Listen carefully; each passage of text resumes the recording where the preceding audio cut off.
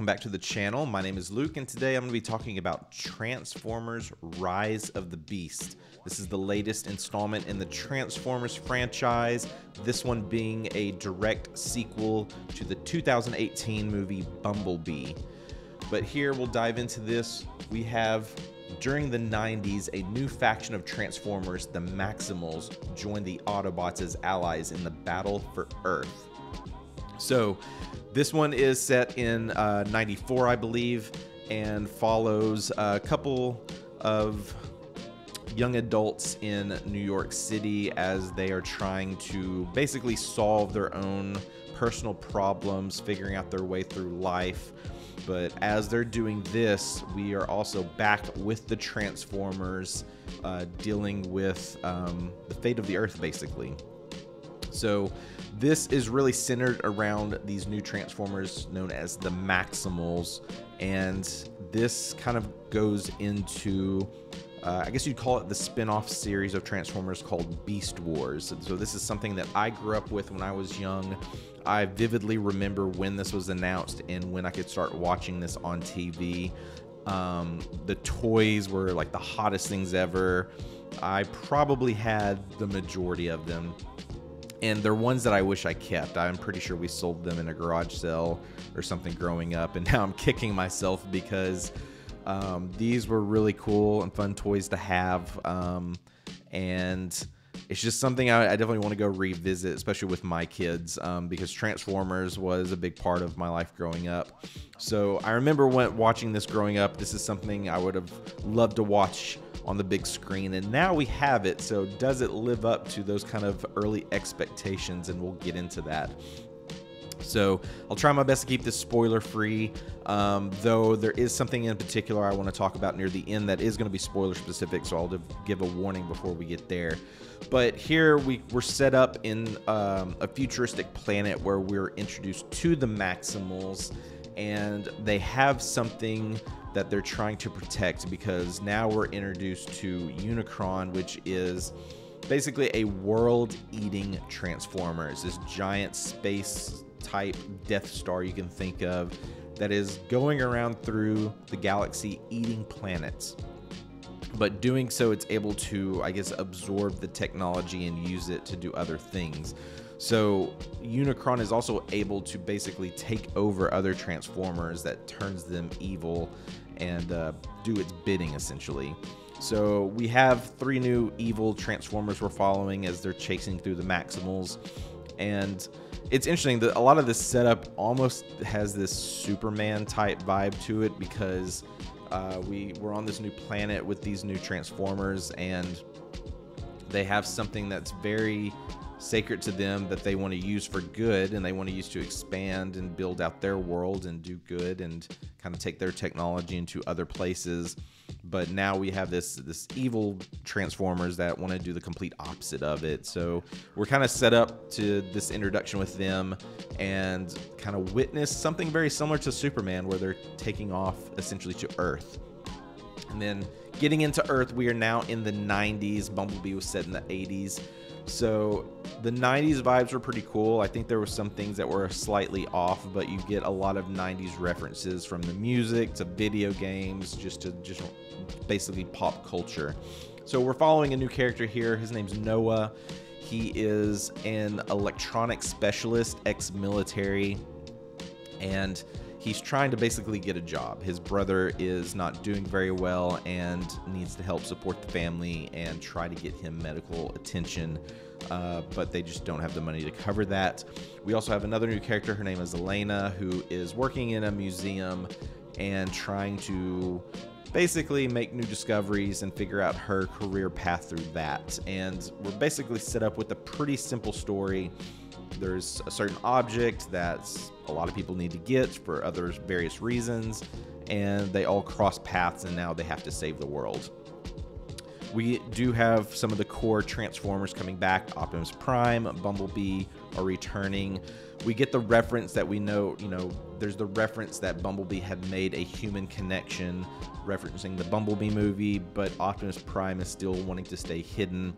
His goal is to get them back to Cybertron, but he is still not sure if he can trust humans, and we have that kind of internal conflict that the Transformers are dealing with there. Getting into this, it has such like a video game feel to it. It's very moving from point A to point B to find certain things to prevent the evil Transformers from finding them. It's just a very cut and paste type story. There was a lot of writers on this, which potentially could have hurt it. The director is Stephen Caple Jr., who's most known for directing Creed 2. I think the direction was good, but the struggles I had with this had to do a lot with the writing. You do get some pretty cool action sequences, and most of these come into the third act, but we get a lot of slow moments where it's a lot of dialogue heavy with the human characters trying to build up these stories. And then I think that's kind of made it a little bit struggle as you're moving through the storyline. We do get a new Transformer by the name of Mirage, who is voiced by Pete Davidson. And I have to say, we get a lot of time with this character. There's a lot of character building with this one, and I have to say, I did get attached to this character. There are some moments where you do kind of get that heartstring pull, and you do get emotionally attached to this one, I think. And I have to say, it's one of the standouts for depending on where you stand. If you like Pete Davidson's humor, a lot of the one-liners kind of hit, and they were funny. There was moments where the theater was laughing, and some of it, I guess, can get repetitive and old at times. But let's circle back to the Maximals, because this is supposed to be the highlight. This is kind of, the big promotional material for this. For what we're given, I thought it was fine. In terms when it comes to Beast Wars, there are a lot of really cool characters, and we didn't really get many of them. We're kind of stuck with the core 4 characters, and most of the highlights you'll see in the trailers, which is unfortunate. But I think this is more kind of opening up for future installments. Which, speaking of, being that this is a direct sequel to Bumblebee, the one thing I'm questioning is, how is this really going to connect with the Michael Bay films getting into the 2007 Transformers movie? Because there are some pretty big moments in this, and I don't think anything's really mentioned once you get into the 2007 movie on. And it makes me question, like, what's going to happen? Because these are moments that it feels like would be talked about throughout this franchise. Like, everyone would know who the Transformers are. You definitely get the secretive vibes in this. And the whole point of Transformers is, they can turn into cars and stay hidden and stay away from everyone. But the battle moments you would think would stand out, and everyone would know about these. So it brings up some questionable moments there. In terms of like the final act and the action sequences, there's one particular moment with Noah that I'm not fully on board with. It feels weird to do something like this in a prequel versus one of the later installments. But the full-on battle is pretty fun. I wish we could have gotten more of the Beast War characters. We're primarily focused on the Maximals and not their kind of counterparts. You see this in the trailer, so I wouldn't call this a spoiler, but you see like the Scorpion versions, which are pretty fun, and those are ones that I liked in the Beast War series. But in terms of them, we get more time with them as the animal versions versus the actual robot versions, which I wish we could have gotten to see more of. But for what we get, it's pretty fun and it's enjoyable. I mean, it had me smiling and laughing through the whole thing. So I would say, with the Transformers film, this definitely follows suit with all the other ones. You have your highs, you have your lows, but for the general execution, this is definitely one of the stronger Transformer films. So I think a lot of people, if you're like me, these are the guilty pleasure movies. I think if you like them, you'll probably enjoy this one. I need to make an official ranking on Letterboxd, so be sure to follow me there of where this will fall in. But this will probably be like in the middle to the higher middle in terms of ranking. But yeah, so before I get into the spoiler, I'm going to give Transformer Rise of the Beast a 6 out of 10. Pretty solid movie, has some flaws, but it's still very entertaining.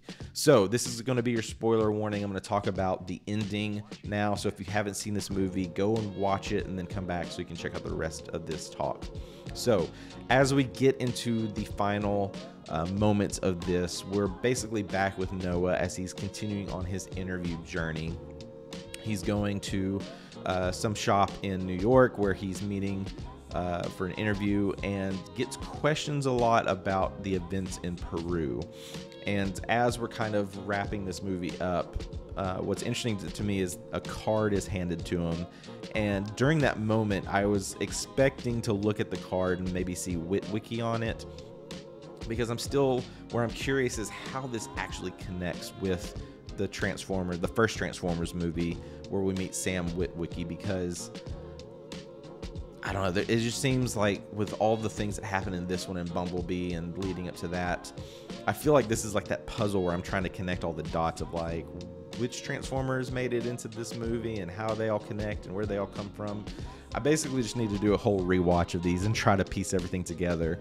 But instead of seeing anything like that, a name reference, he flips over the card, Noah does, and we see G.I. Joe, and I about lost it because I should have pieced this together knowing that Noah was ex-military, and it seems like we're potentially getting a crossover movie, or this is just leading up to a brand new installment for the G.I. Joe franchise.